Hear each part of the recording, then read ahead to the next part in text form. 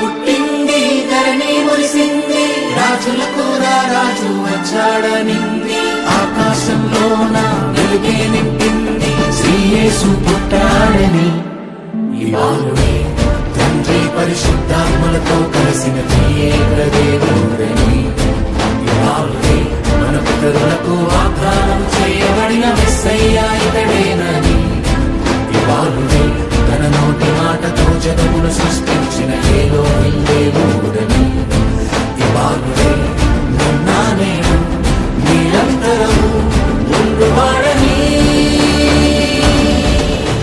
శకమే ముగిసే నవశకమే మొదలే,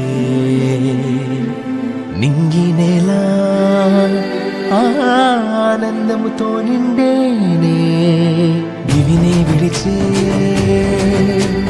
పరమాత్ముడే, పాపం శాపం తొలగింపనే తెంచేనే.